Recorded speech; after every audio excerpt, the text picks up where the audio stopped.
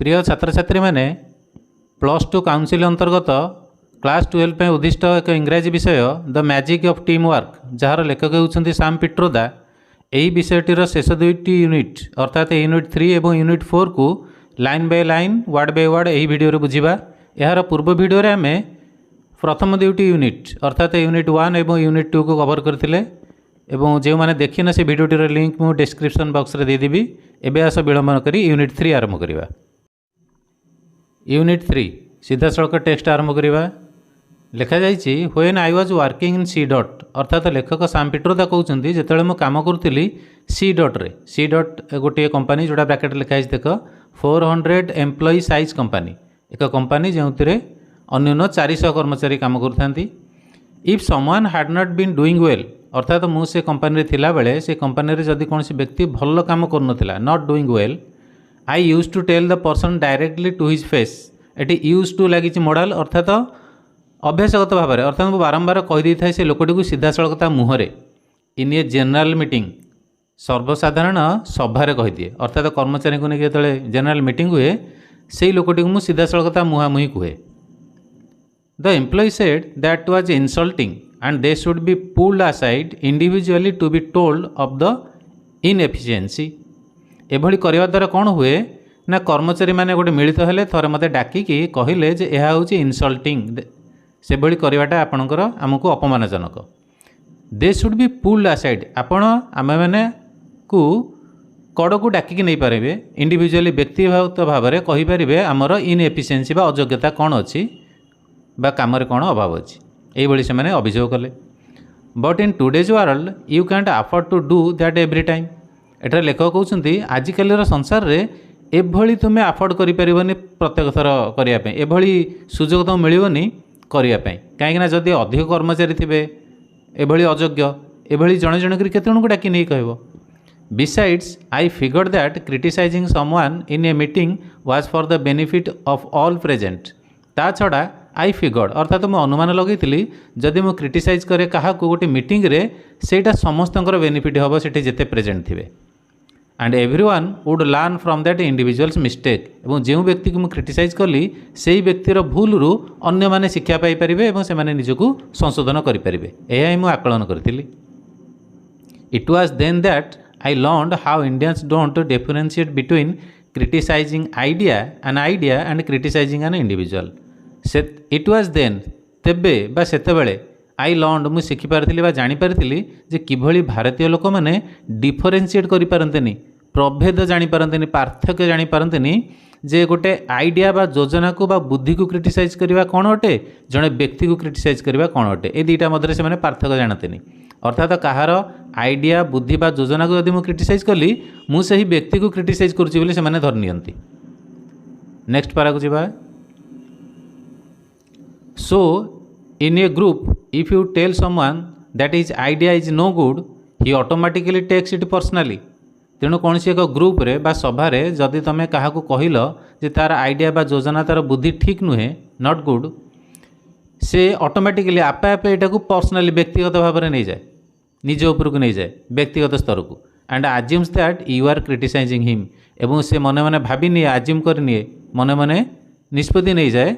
यही सिद्धांत पहुँची जाए जे तुम्हें क्रिटिसाइज कर व्यक्तिगत भाव में।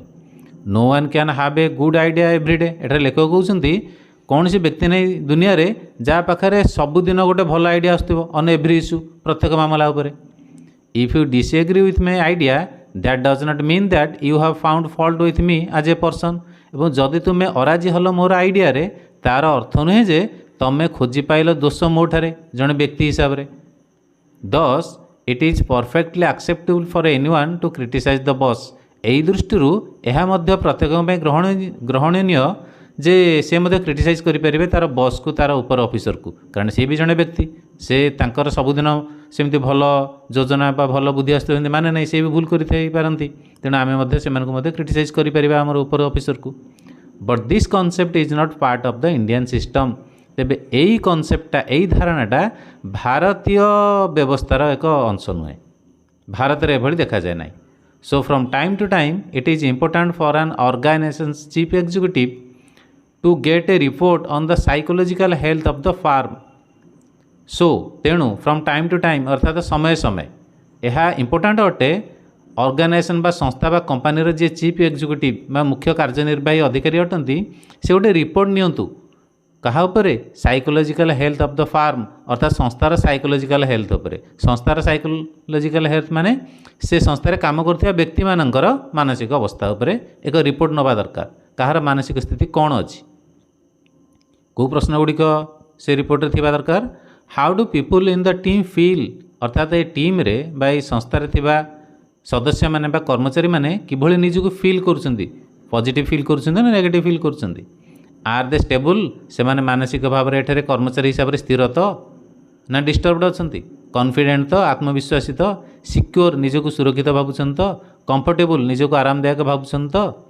These are the key elements of a team success एगुड़िक अटे गोटे टीम रो सफलतार मुख्य उपादान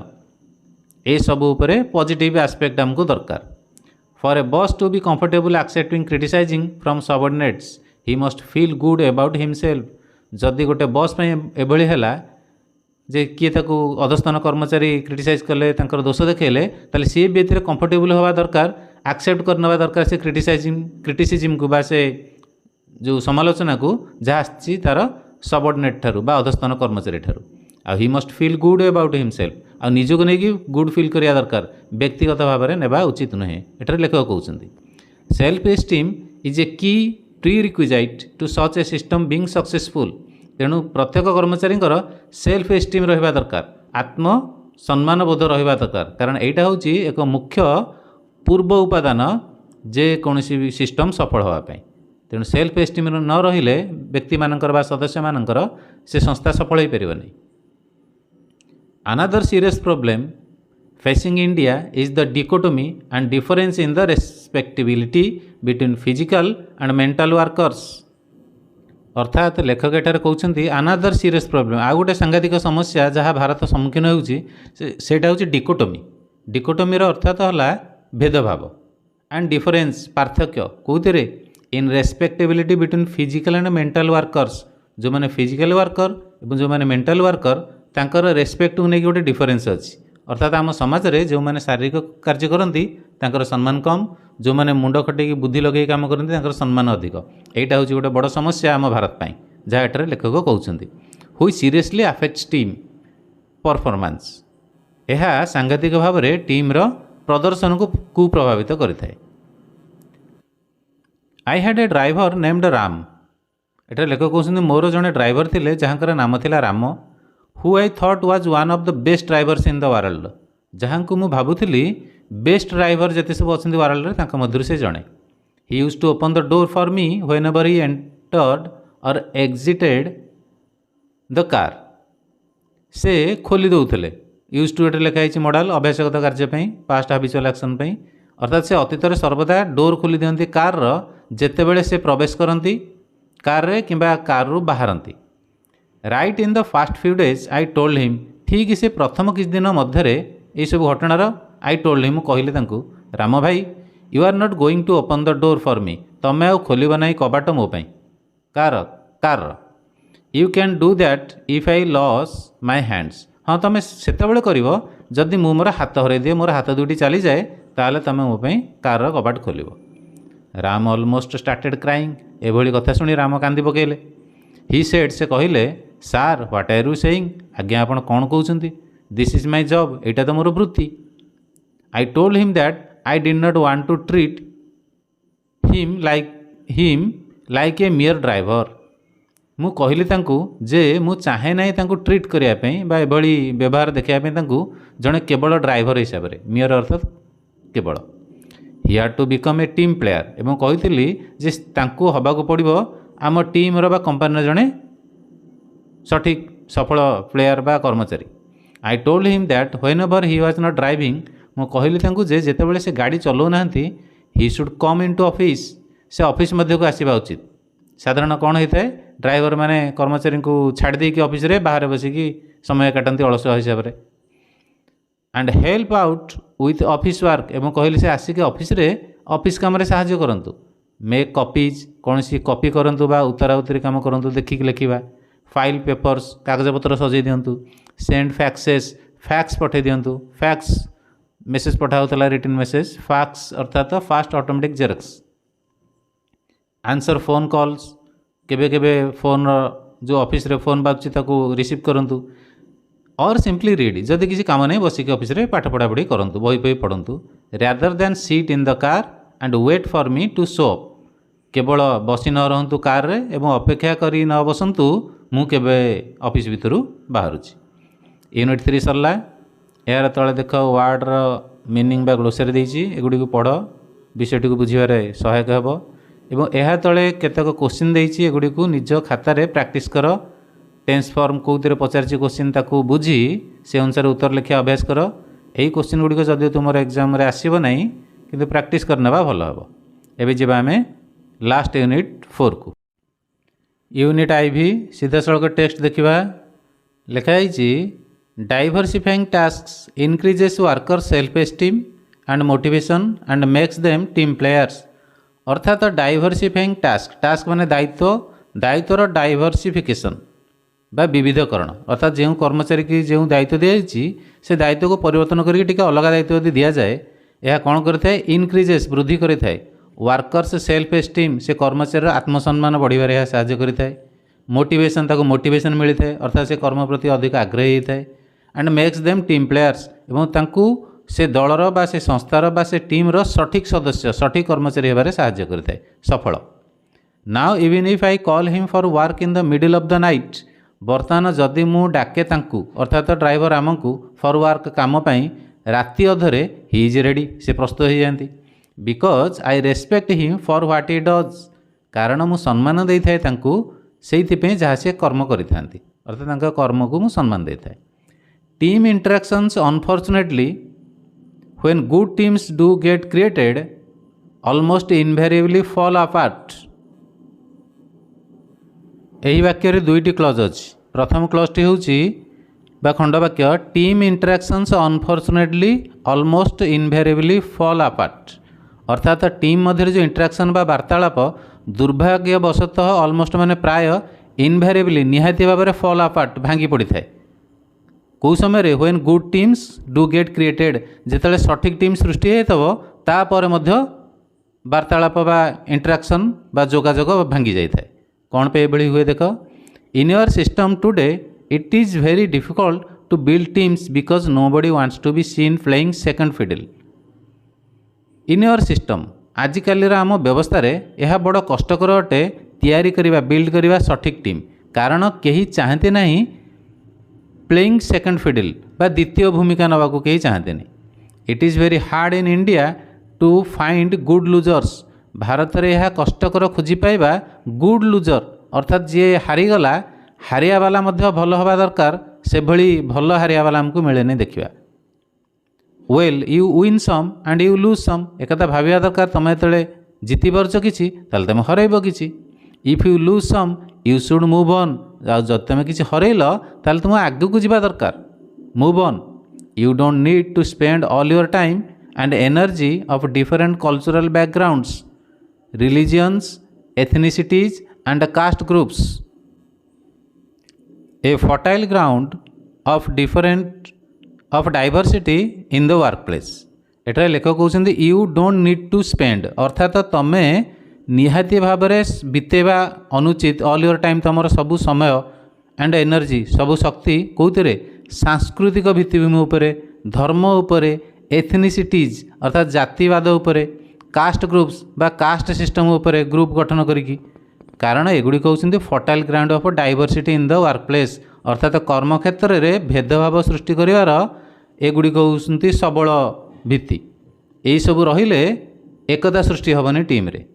we should actually be experts in working with diversity बर आमको एक्सपर्ट होगा पड़ो यही भिन्नता मध्य आम कि कम करिपरिबा विभिन्न धर्म विभिन्न जाति विभिन्न संप्रदाय लोक आसी थाई पारती कल्चरल बैकग्राउंड रु किंतु ये सब भिन्नता को लेकिन आमको एक एक काम करिया पड़ो आम यदि गोष्ठी सृष्टि करवा संस्था भितर ताले से भली संस्था सफल हो पार ना